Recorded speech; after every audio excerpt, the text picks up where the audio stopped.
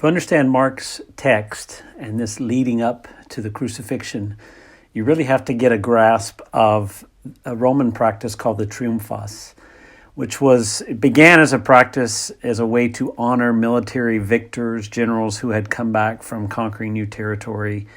They would approach the government would honor them, and go through this day-long ceremony to elevate them really for the day, almost to godlike status.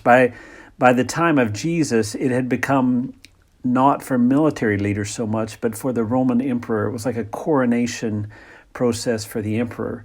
And it started, the first step was to bring the new Caesar into the praetorium and present him to the royal soldiers there. From there, the soldiers would place a purple robe and an olive leaf crown on his head. That would be the next step. And then that would be followed by them loudly paying homage to Caesar as their leader. From that moment, they would begin a royal procession through the streets of Rome with a bull for sacrifice. And there would be someone following behind it who would be carrying the axe that was going to be used to slaughter it. The procession would wind its way through the city and head up to the Capitoline, or the head hill. It was the site of the temple to Jupiter. So they would wind their way through the city and work their way up to this head hill where the temple of Jupiter was. After that, when they arrived at the temple, Caesar would be offered wine mixed with myrrh. Now, he would refuse to drink this. This was expensive wine. He would refuse to drink it, but he would pour it out on the altar or on the bull as it was sacrificed. The symbolism in this was that the bull being sacrificed represented the power of the god, and as he died and the wine was poured out, that the spirit of the god would come into Caesar. Following that, once that had happened, the bull was sacrificed, Caesar would be flanked by his second and third in command on his right and on his left as a way of presenting them to the people.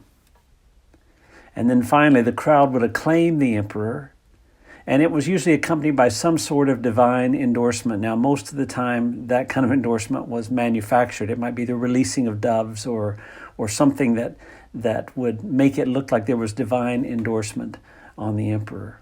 Now, what I want to do now is to work through that process of the Triumphas again and just let you see how it plays out in line with what Mark says. Right? Step one, Caesar's brought to the praetorium and presented to the Roman soldiers. But the first thing we see in the text is the soldiers led Jesus away into the palace, that is the praetorium, and called together the whole company of soldiers. Jesus on the Via Dolorosa on the way to the cross began in front of the soldiers at the praetorium. Now, Caesar, the soldiers would place a purple robe and an olive leaf crown on Caesar, and Mark writes they put a purple robe on him and then twisted together a crown of thorns and set it on him. The third step for the Caesar is that the soldiers would loudly pay homage to Caesar, their leader, in the praetorium courtyard. And Mark tells us, and they began to call out to him, "Hail, King of the Jews!" Again and again they struck him on the head with the staff and spit on him, and falling on their knees, they paid homage to him. You can see the pattern. Then the royal procession would begin with a bull for sacrifice, followed by someone who was carrying the axe to slaughter it. So there was going to be a sacrifice made to establish the Caesar. And the person carrying the instrument of sacrifice would follow along behind. And what does Mark tell us? A certain man from Cyrene, Simon, the father of Alexander and Rufus, was passing by on his way in from the country, and they forced him to carry the cross. The next step for Caesar would be to go to the Capitoline, the head hill, the site of the temple of Jupiter. And what does Mark say? They brought Jesus to the place called Golgotha, which means the place of the skull.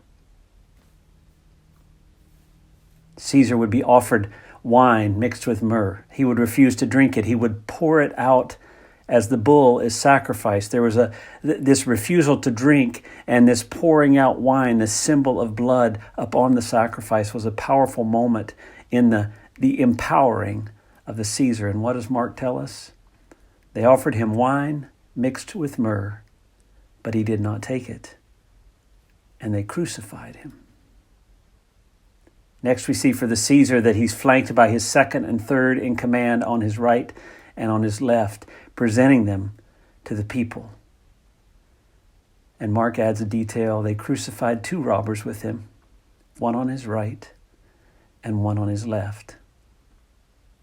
And the final affirmation would be that the crowd would acclaim the emperor as the only ruler, and it would be accompanied by some sort of divine endorsement. And Mark tells us, when the centurion who stood there in front of Jesus heard his cry and saw how he died, he said, "Surely this man was the Son of God." Do you remember the Gospel of Mark started in Mark 1:1? The good news, the beginning of the gospel about Jesus Christ, the Messiah, the Son of God.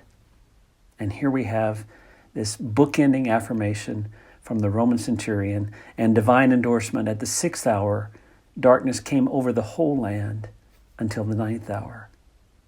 You see, you've got to see as you read this text that for Mark, the road to the cross was always a pathway to the coronation of the Messiah.